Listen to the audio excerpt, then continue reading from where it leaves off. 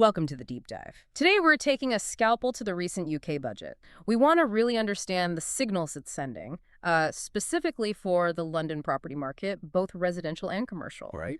Now, this budget was sold as a moment of strategic focus, but the sources we've looked at, they paint a very different picture. It sounds more like a country trying to, what was a quote, plug holes in its finances. That's a good way to put it.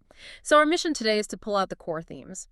The immediate takeaway, it seems, is a big shift to an era of, well, higher taxes and a lot of uncertainty. So where do we even begin with this? I think the place to start is just the scale. Yeah. This is fundamentally a tax-raising budget. We're talking about $26 billion in new rises. $26 billion. Yeah, and that pushes the overall tax burden to 38% of GDP. That's the highest figure in modern British history. It's the context for everything else we're going to talk about. And that leads to this stability versus growth paradox, right? The stated goal was to stabilize finances, but it seems to have come at a huge cost. It really has. Because at the same time, the official forecasts, they've downgraded growth right through to the end of the decade. For households, disposable incomes are now forecast to see their second worst period of growth since the 1950s. Wow. And what does that mean in real terms? We're looking at just 0.5% growth a year. Barely anything. Here's where it gets really interesting for me. The sources call this a spend now, pay later approach, delaying the big tax hits until after 2028. You get, stability on paper, but what's the actual trade-off for that timing? The trade-off is confidence. It's as simple as that. The market isn't stupid. It knows these tax hikes are on the horizon. So it creates this cliff edge. Exactly. It creates a huge fiscal cliff. So they've bought themselves some time, but they've done very little to actually incentivize long-term investment right now.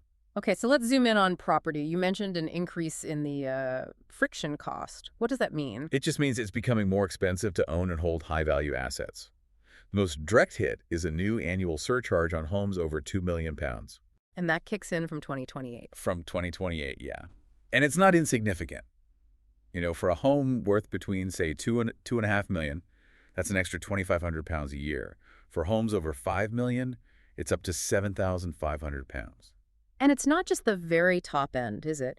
Our sources pointed to landlords getting hit quite hard. Oh, absolutely. They're facing tougher tax treatment on property income, and that's combined with the extended freeze on personal tax thresholds. Which is actually the single biggest revenue raiser in the whole budget, right? It is, yeah. It's a stealth tax, really. As inflation pushes wages up, more of a landlord's rental income gets dragged into higher tax bands.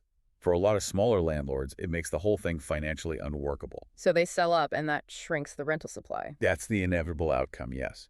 And we also have to talk about the indirect pressures. There are changes to things like pension salary sacrifice schemes. Right, which affects almost everyone. It does. It basically tightens rules that let both employees and employers save on tax. So it, subtly reduces household take-home pay and increases labor costs for businesses at the same time. So let's shift to the market impact. Confidence seemed to be weakening even before the budget was announced. It was. All the speculation and leaks meant businesses were already delaying hiring. Investors were pulling money out of UK stocks. The uncertainty was already doing damage. And why is London hit disproportionately by all this? Well, for a couple of reasons. First, that high-value property tax we mentioned. The vast majority of those homes are concentrated right here in London. Of course. And second, weak business confidence is especially toxic for London's economy.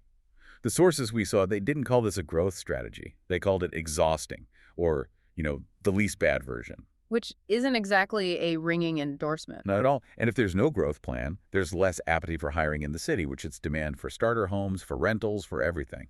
So putting it all together, what does this mean? The core problem seems to be a total lack of a long-term strategy. It buys time, but little else. That's the perfect summary. What was completely missing was any real plan for planning reform, for housing supply, or for stimulating investment. It was all about taxing existing wealth. Which brings us to a final thought for you, our listener. This entire analysis seems to hinge on just one word: confidence. The fundamentals of the London property market growth, wages, mobility, they all depend on it. So the question is, what will it actually take for the market to see a future policy move as a real vote of confidence and not just, relief that things could have been worse?